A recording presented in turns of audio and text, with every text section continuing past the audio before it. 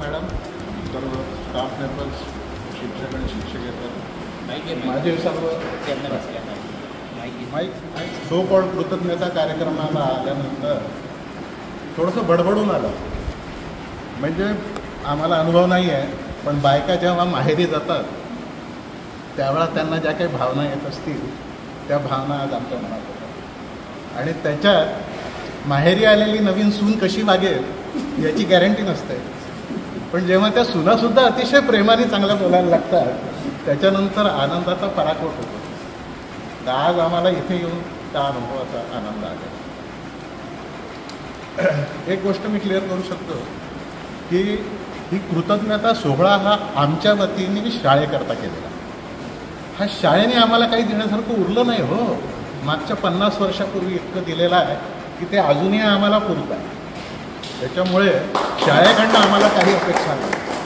आमची अपेक्षा फक्त आजच्या मॅनेजमेंटला, मुख्याध्यापकांना आणि शिक्षकांना असे आहे की जी काही वस्तू ॲल्युमिनियम म्हणजे 5 स्टुडंट्स आणखी या घेतील त्याचं मेंटेनन्स करा, चांगलं ठेवा आणि येणाऱ्या पिढीला ते सांगत करा आणि ही शाळा जिवंत ठेवा. बदल हा निसर्गाचा नियम आहे.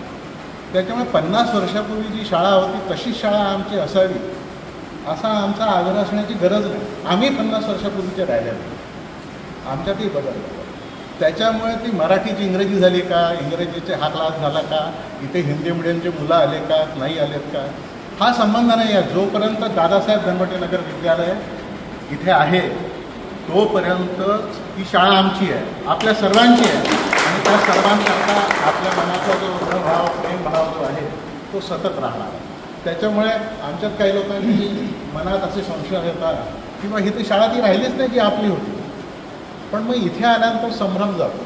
तो वरचा चबुतराजी इथे खेळत होतो, आम्ही मस्ती करत होतो, यांनी आता सांगितलं काय होऊ शकतं. तशा पद्धतीचं हे सर्व वातावरण हे पाहिल्यानंतर ही घंटा आठवते. सुट्ट्याच्या चुकीच्या वेळेला वाजवून घरी जाणारे पोरं. मला काय म्हणायचं तर विषय असा आहे की मुलं त्यांच्या वयामध्ये जे तोडकरपणा करतात त्यांना वळण लावणं वेगळं आहे, पण फार जास्त शिक्षा करू नका. आज इथे आल्यानंतर अतिशय आनंद झाला.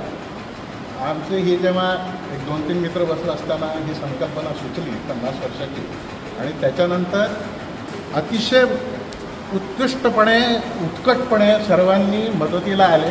अनेक वर्षांनी तुम्ही पाहिलं असेल, माझा एक मित्र मी आता 80 नंतर पहिल्यांदा भेटतो, 42 वर्षानंतर, 82 नंतर. तर विषय असा आहे की आम्ही स्वतःच एकमेकाला नावं माहीत होते, आठवणी होत्या, पण संपर्क नव्हता. तर आमचंही गेट टुगेदर त्या निमित्ताने झालं आणि त्याच्यामुळे हा ऋणानुबंधांचा जो गुणाकार भागाकार जो व्हायचा तो सगळं झाला. आणि दुसरं हा महत्त्वाचं, मी जे म्हटलं की नवीन सून महत्त्वाची असते.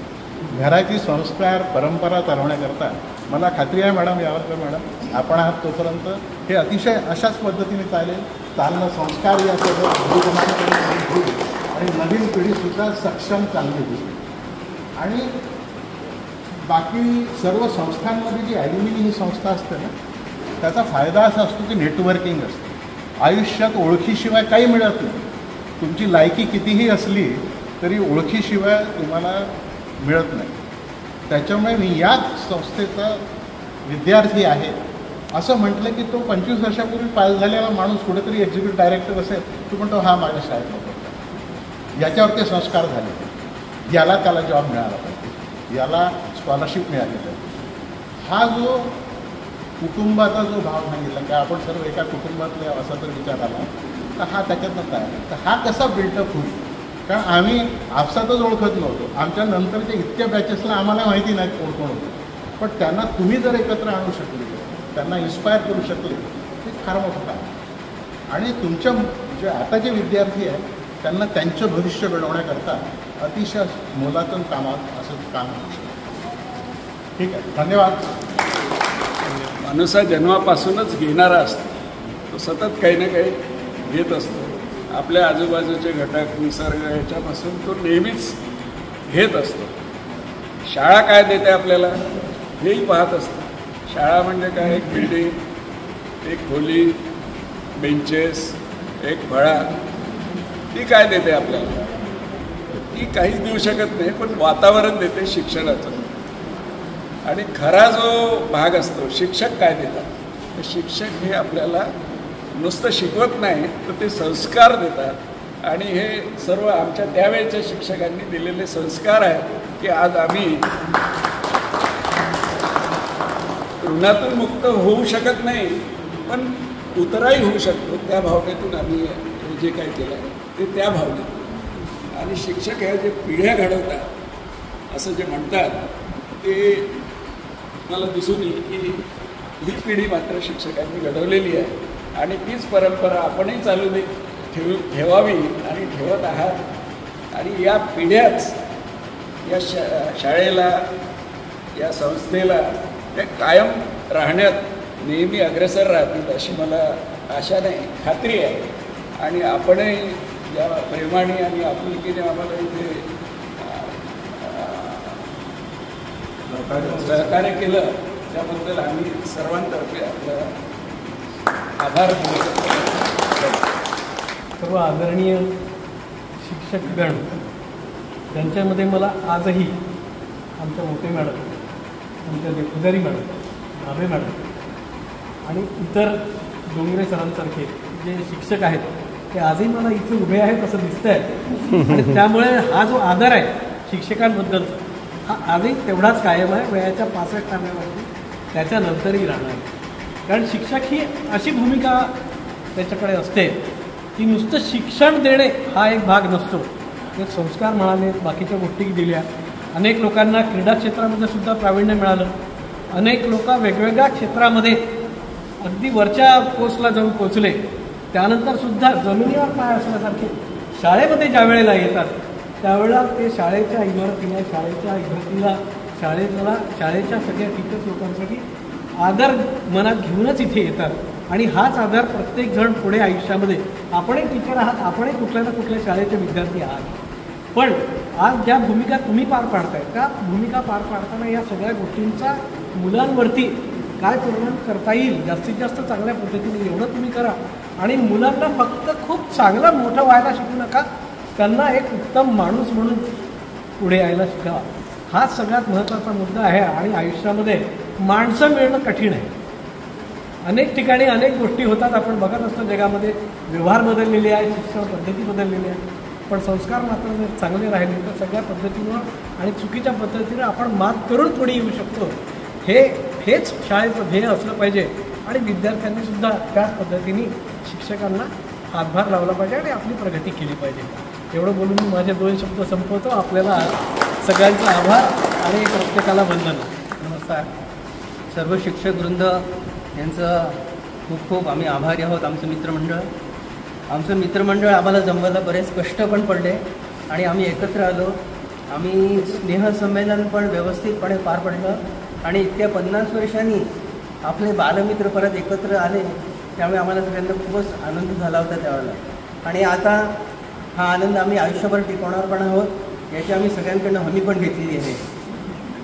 आणि सांगायचं म्हणजे माझं इथे पितृप्रेम आहे मला इथे, कारण की माझे वडील 1963 ते 1973 इथे मुख्याध्यापक होते, स्वर्गीय श्री देव दवंडे सर. आणि त्यांच्यामुळे माझे जेवढे बालमित्र आहे त्या सगळ्यांना पितृप्रेम पण मिळालेलं आहे.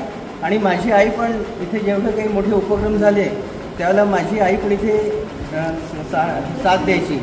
त्यामुळे मातृपितृप्रेम आम्हाला सगळ्यांना मित्रांना मिळालेलं आहे.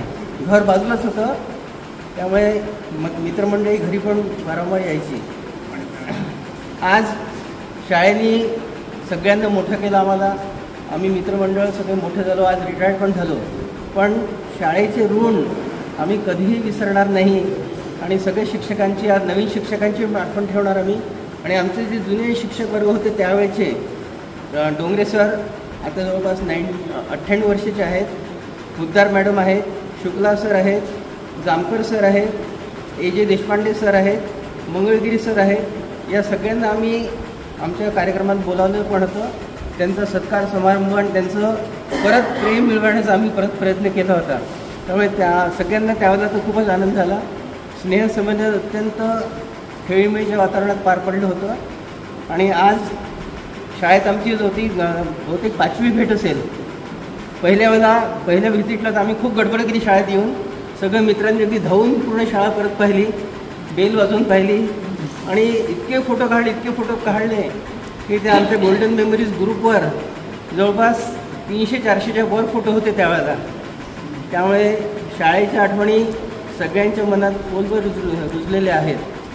तरी या निमित्तानं आम्ही ही शेवटची भेट समजत नाही आहे, पण जेव्हा केव्हा शाळेला कुठल्याही प्रकारचं मदत लागेल किंवा आमची आठवण येईल तर नक्की आम्ही बिलकुल मदत करायला तयार राहू. आणि आज सगळ्यांचे आम्ही इथे मनःपूर्वक आभार मानतो आहे. धन्यवाद. नगर विद्यालय या शाळेच्या सर्व शिक्षक आणि शिक्षिका बंधू भगिनींना माझा सर्वांचा नमस्कार. शाळेबद्दल जे सांगायचं होतं ते आमच्या सहमित्रांनी व्यवस्थित सांगितलं, परंतु आता मी एक थोडासा वेगळा विषय घेतो आहे की आमच्या काळामध्ये आज तुम्ही इथं बघताय की आम्ही सर्व मित्र इथं एकत्र आलेलो आहे. सेक्शन वेगवेगळे होते, मीडियम वेगळं होतं. मी लोअरचा होतो, हे बाकी सर्व बऱ्याच काही इथले हायरचे पण आहेत.